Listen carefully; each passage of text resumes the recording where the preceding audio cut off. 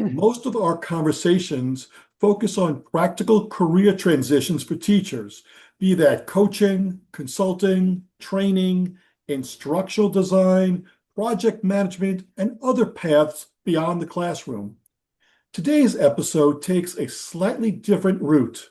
My guest is Samuel Garza Bernstein, whose background includes writing, storytelling, and work connected to the entertainment industry. Now, at first glance, you might wonder what Hollywood has to do with teachers exploring new careers. And honestly, I wondered the same thing. But the more I thought about it, the more I realized there may be some fascinating parallels. Teachers considering a career change often face challenges that have very little to do with resumes or job boards. Instead, they struggle with questions of identity. Who am I if I'm no longer a teacher? Will people think I'm an imposter if I try something new? How do I tell a different story about myself after years in the classroom?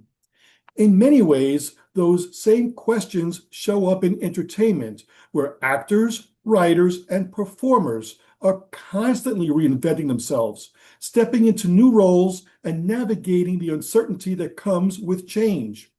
Today, Samuel and I will explore what teachers can learn about reinvention, authenticity, storytelling, and embracing a new professional identity. We'll discuss why change often feels uncomfortable, why feeling like a beginner, again, can actually be a sign of growth, and how the skills teachers already possess may prepare them for more possibilities than they realize. So whether you're actively planning your next chapter or simply beginning to wonder what else might be possible, I think you'll find some thought-provoking ideas in today's conversation. Samuel, welcome to the podcast.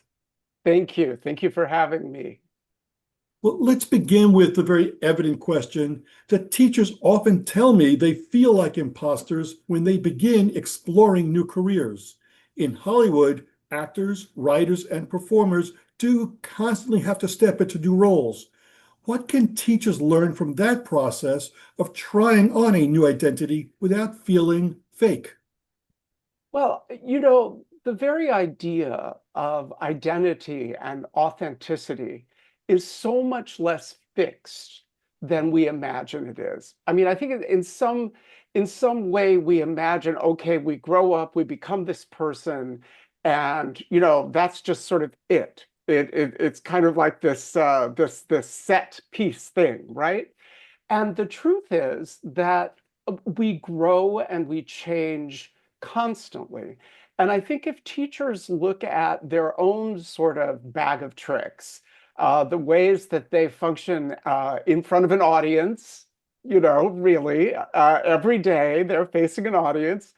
And very often they have to code switch.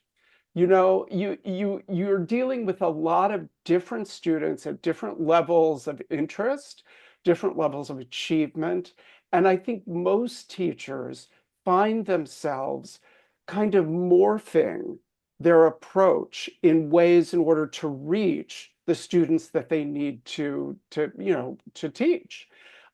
Some need, that kind of stick up the backside. Some need a really, really gentle approach. And I think most teachers that I know are constantly kind of switching back and forth between the ways that they can best, reach that student. And really, when you're talking about becoming something new in your own career or embracing change, you're really doing the same thing. And it's no more fakery or being an imposter than it is when you take a gentle approach versus a more straightforward approach with one of your students. Samuel, you've watched people reinvent themselves publicly, some Yeah. succeeding at that, others may struggle. What have you seen as the biggest mistakes people make when trying to create a new professional identity? The biggest mistake you can make is to pretend that you are completely at ease all the time, because you're not. And when you get into a position where you feel a little awkward, it's so much better to just go, oh, I feel a little awkward right now, than it is to kind of double down and be like, no, I don't feel awkward. I don't feel awkward. I don't feel awkward. And when you look at celebrities as they are trying on new things, look at somebody like Madonna, who has morphed more times than any of us can possibly count. The times when it's been successful are when she's leaning into something that feels authentic to her. The times when it feels unsuccessful are when it's kind of not working and she just like digs in and says, no, I'm just going to do it and no one can tell me differently.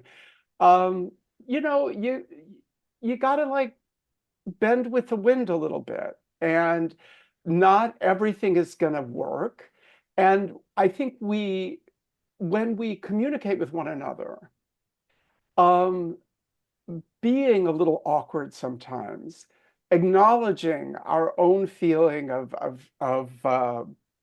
unease is a really effective way of making contact and of keeping things real, so that even when you are perhaps reaching for something that feels a little bit like a stretch, you know, you're able to go, okay, I stretched. Now I'm done stretching. Um, uh, you know, and and I think too that the more that you can acknowledge that you're, engaging in an experiment together with whoever it is that you're talking with, and that you're, kind of finding answers together. I think the more authenticity you find with it, and the more success you'll have with it, because it isn't that how we behave is has to stay the same for us to be authentic. It's that our belief in what it is that we're doing has to stay consistent. We if we're asking questions, listen to the answers. If we're putting out ideas, wait to see the response you're getting, and then see, have a real conversation rather than just sort of deciding in your head what it's all supposed to sound like and then, expecting it to follow that course. To follow up to that, what preparation or mindset change can teachers attempt or do differently when moving into other careers like coaching, consulting, training, or any corporate role? You know, I think this is a very personal area, because I think some people really benefit from kind of a meditative approach, even a sort of guided imagery approach, like imagine yourself doing things, imagine yourself doing that. For other people, that would feel absolutely bizarre and like, I'm not going to imagine myself doing things. So you really have to come up with your own system of enlarging your ideas about what behaviors fall within the you that you know to be true. And there's an aspect of childhood play that I think you can really draw upon in this, where you remember when you're a kid, it's like, okay, I'll be the cop, you be the robber. Now I'm the cop, you're the robber. Now you're the robber, I'm the cop. You just kind of like that, right? Well, I think there's a certain level of commitment that we can bring to trying on new roles and trying on new ways of behaving, that I think we would do well to kind of connect to that spirit of childlike play. It's not about being childish. It's not about being silly, but it is about saying, you know, I could be this. I could be that. Yeah, I could be this. Yeah. Well, as you very well know, in education, many teachers define themselves by their profession. I imagine that's similar for other professions as well. Yeah. They say, I am a teacher, and it becomes part of who they really view themselves as. How do successful performers separate who they are from what they do, and what lessons does that hold for career changers? They don't. I mean, I'll be honest, they don't.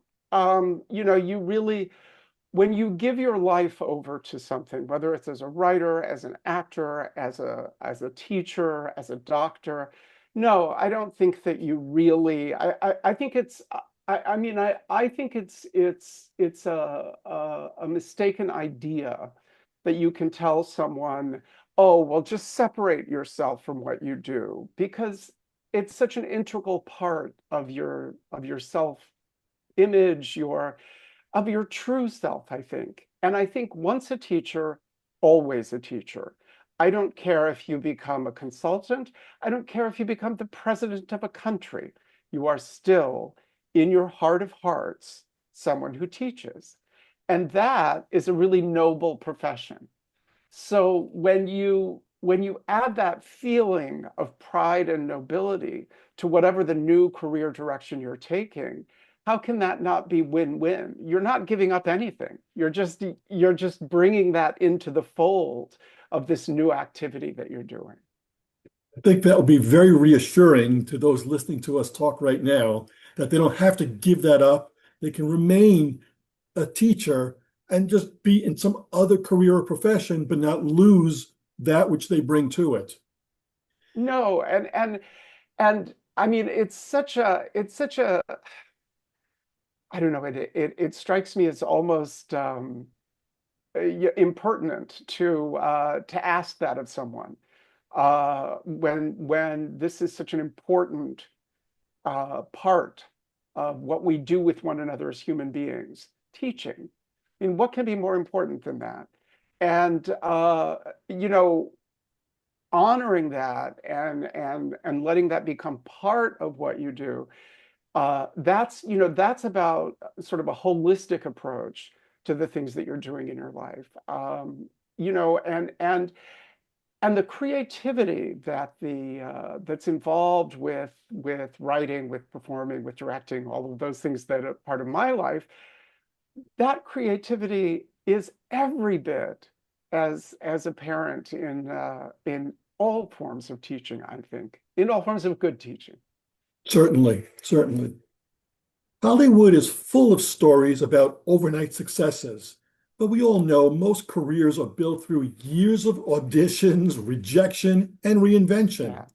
What realities about professional transformation do people often overlook? Well, we see the results, and we live right now. It's like everyone has their own publicist. Everyone's on TikTok or Instagram or whatever. We all behave as if we're famous. And so what we see, even from the people that we care about the most, our friends, our family, we see a very curated viewpoint of, people's levels of success, happiness, satisfaction, gratitude, all of these things. I think everyone that I know that I talk about this with, I won't say it's for everyone in the world, but everyone that I know that I talk about this with, we all can kind of come away feeling less than.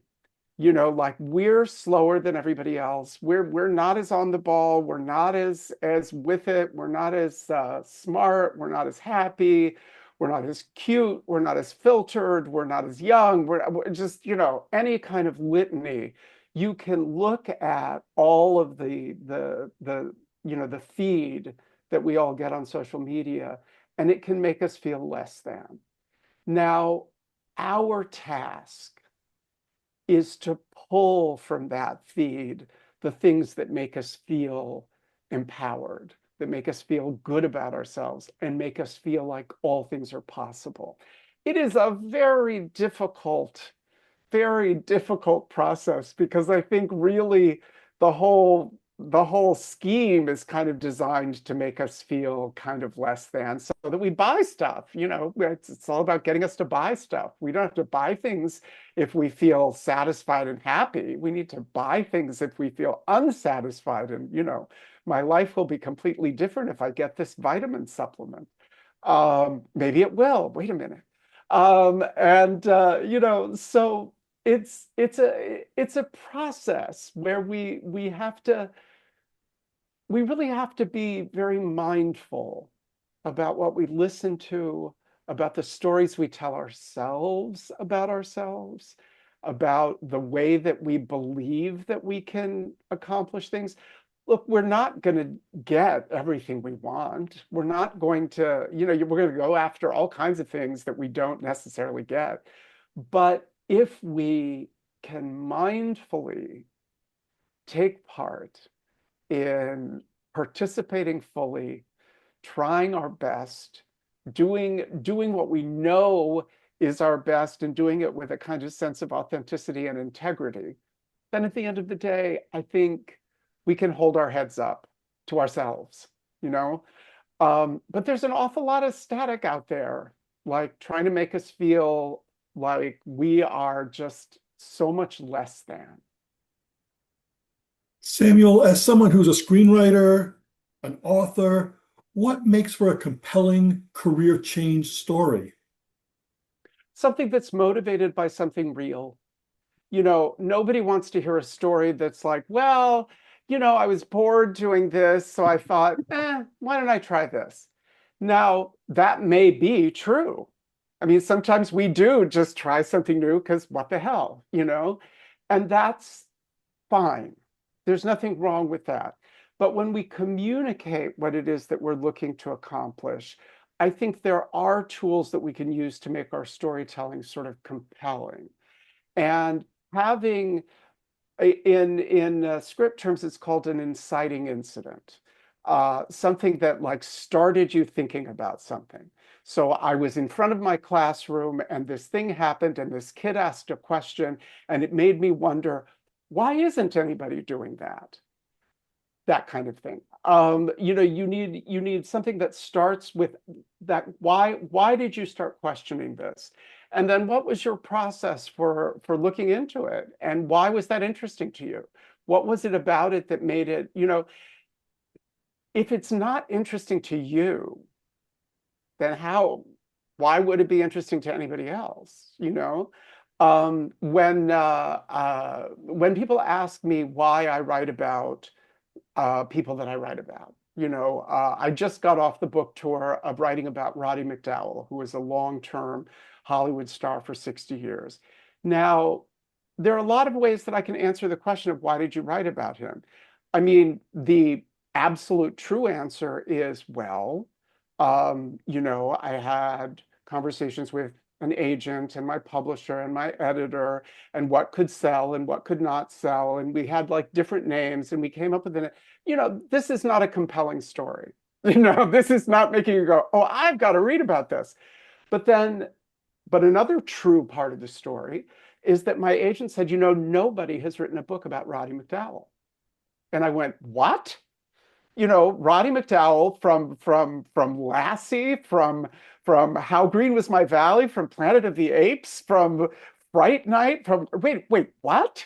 Nobody has written about, and I decided that I needed to right that wrong.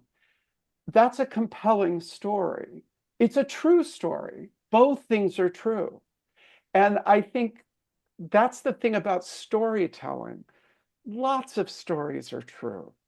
And lots of elements of your story is true. But when you're trying to communicate the importance of what it is that you hope to accomplish, definitely pick out some things from your storytelling that make it compelling and make people understand why it matters to you.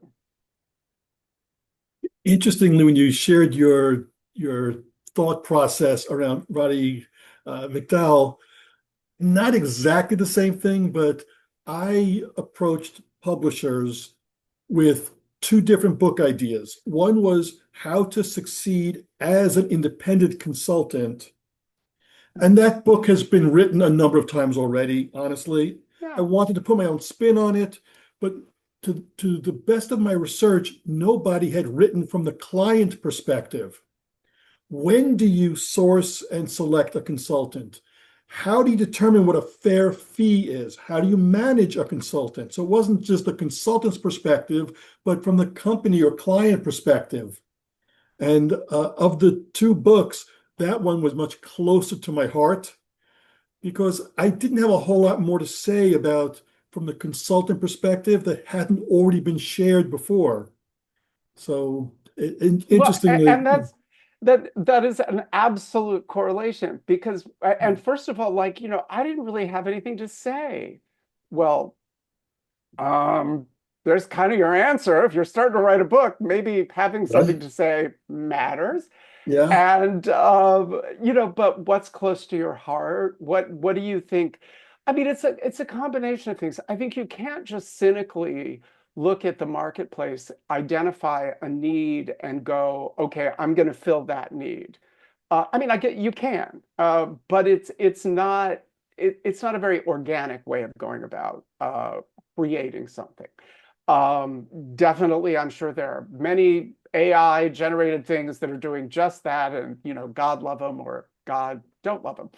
But that's not a human way of going about this. But I think you do have to ask yourself at every level when you're talking about consulting, when you're talking about building a business, when you're talking about making a change in your life, how does this serve me?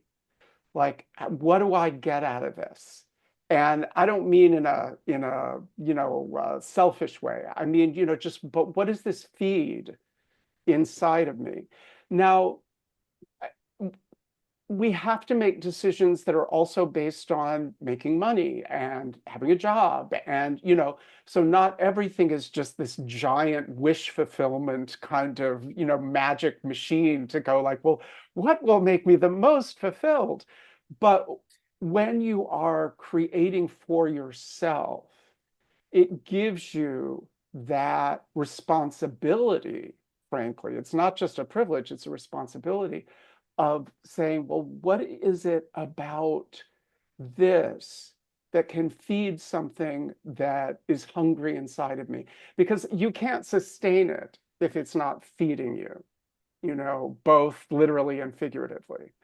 And you know, teaching is, I think it takes such resourcefulness to successfully go out there and teach that I think there are just a million ways that you can repurpose those skills and make them serve you in other arenas.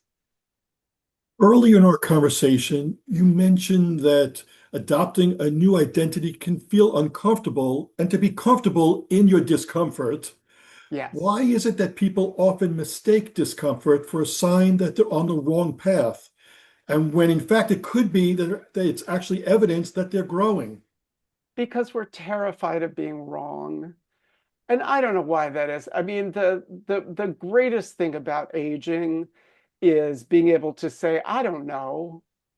Like I remember when I was 20, I knew everything. I was so smart. I knew everything. And, but you feel this compulsion, even when it's like, did you see this movie? Yes, I saw that movie. I didn't see that movie. Why am I saying I saw that movie?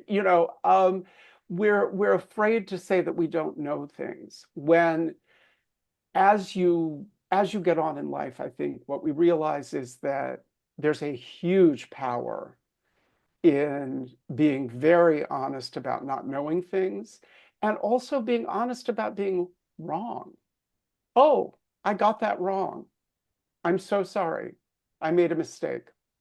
And, look, they teach that in customer service school. They teach that to you like 101. If a customer is coming up and saying, this is terrible, terrible, terrible, and they're so upset, the best thing to do is say, you're absolutely right. This is terrible. And it kind of takes away all of the power of their anger. And it's the same way, I think, in our interpersonal relationships when we have made a mistake, gotten something wrong, gotten the wrong end of the stick, misinterpreted someone's intentions or their motives. It's so much easier when we say, I got that so wrong. I thought that you meant this. I realized that I totally misunderstood that, and I'm sorry.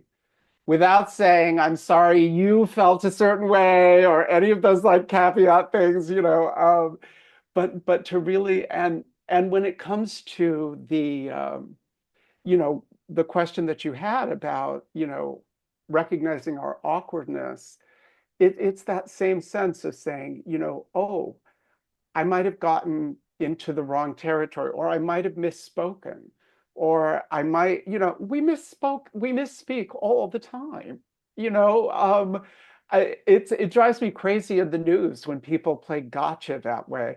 And when it's really just, oh, somebody, mispronounced a word. Well, we all mispronounce words. We all sometimes say the opposite of what we mean to say because we're human. And I find there's enormous power in owning our own frailties that way. I mean, not to a level where you're constantly, apologizing for something. I don't mean that, but just really owning your feelings, owning your reality. Next question for you. Many teachers worry that they would be starting over if they leave education. From your experience watching people reinvent themselves, what's the difference between starting over and building on an existing foundation? The difference is everything because you're not starting over. You're just not. I mean, I know it may seem like you are, and it may be in the workplace out there. There may be moments when it seems like you're on an entry level track again. But I think that very often those factors start evening themselves out once your experience starts coming into play. You can't unlearn years of experience of problem solving, of interpersonal dialogue, of solving. I mean, really, teaching is problem solving on so many levels, and that comes through over and over again the minute you start doing anything. Even from a job interview, somebody who's truly starting at the beginning doesn't really know what to ask at a job interview. They don't really know, like, well, what would I be doing? They don't really have any context to start asking questions about work culture or expectations or just kind of what the responsibilities really entail or what is expected. And when you can come at something speaking from a place of experience, it is so clear to the people that you're dealing with that you come with this experience. So even though you may feel that you're starting on a bottom rung again, yeah, even if you are, I mean, look, there are times when we start back on a bottom rung financially or benefits wise, or there are these situations. I don't want to pretend that that's not the case, but you're still not starting from scratch, even if it sometimes feels like you are. So, Samuel, let's ask you a question now that's kind of in your wheelhouse to a certain extent. Okay. If a teacher's career were a movie script, what are some signs that it's time for the next act to begin? And how can you tell whether they're running from something or being called towards something? That is a very, very difficult call. Um, you know, Making big changes in your life can seem, in movie terms, it's always glamorous, and it's always going to go to something that's bigger and more exciting. In real life, that's not always the case. And, taking risks is something that has to be measured and really you really have to to think it through and make decisions, as best you can. I would say that, certain moments that might make you think that, okay, maybe it's time. One is if you're just getting really bored. Boredom is never a good thing. And if you're finding yourself just kind of dreading the day, or just kind of zoning out through the day and not finding yourself, engaged. I think engagement is the most important aspect of work and life, really. That feeling of engagement. And so if that's missing, I think that's a sign. I also think, though, that if you remain engaged in your work, and yet there's something that keeps calling you and engaging you out there that you keep like looking at and thinking, I wonder what that is over there. You know, have a look. You don't have to commit. You don't have to you don't have to make any decisions, but you can have a look. And we live in the world of side hustles at this point. Everybody's got more than one thing going on, and you know, take a chance with any new interest and see if there's a way to turn it into something that you can make part of your career, or leave it as an avocation. You're allowed to have a hobby too. Not everything has to be monetized.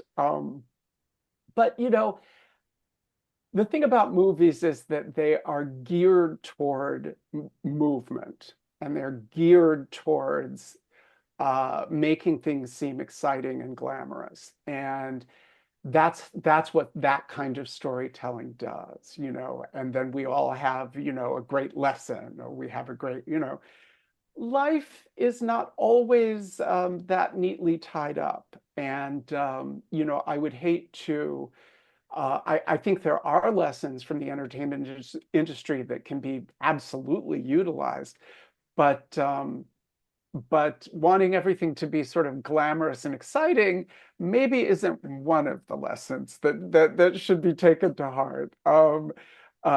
It unless it works for you, I don't know. Well, Samuel, I would say that this has been the right decision for the two of us to talk. I think you've shared a tremendous amount of passion and excitement and entertainment with a whole lot of nuggets that I think our subscribers can certainly use. If people want to get in touch with you and learn more about what you're up to, read your books, etc., what's the best way for them to get in touch with you? At Samuel Garza Bernstein will bring up everything, and certainly you can reach me through any of the social media channels that come up. And I do, I will answer messages and DMs and stuff. And I also do work coaching with story development, and I really enjoy that part of my work. So if any of your listeners are out there thinking of writing their own stories, give me a buzz. Very much appreciate you spending time with us. Thank you so much. Thank you.